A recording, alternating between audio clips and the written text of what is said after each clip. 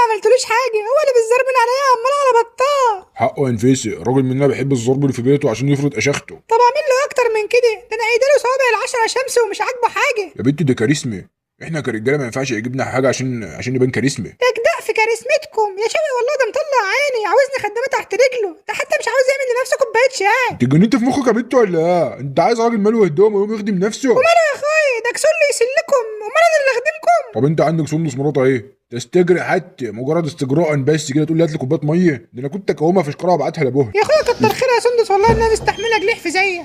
بس اسكتي بقى بانها جايه مره ايه قفلي على الكلام. اهدي نفيس الكبسه عندني وحشاني يا بنت. وانت كمان وحشاني والله يا سندوسه، بس انا زعلانه منك قوي. احسن تدي البلا في شكلك. لا بس يا نفوس ربنا ما يجيب زعل. لا والقران زعلانه منك، فاكره لما قلت لك انت ايدك ناعمه وقشخه كده ليه؟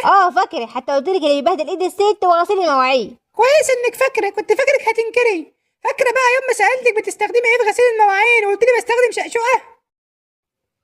وماله فيها ايه يعني؟ لفيت على كل محلات المنظفات اسال على مسحوق شقشقه، لفيت الدنيا كلها مش لاقياه، يعني انت بتسوحيني في الفاضي ومش عايزه تقولي لي على السر. يخيبك يا نفوس، شاشوه ده دلع اخوك، اصلي هو اللي بيغسل المواعيد.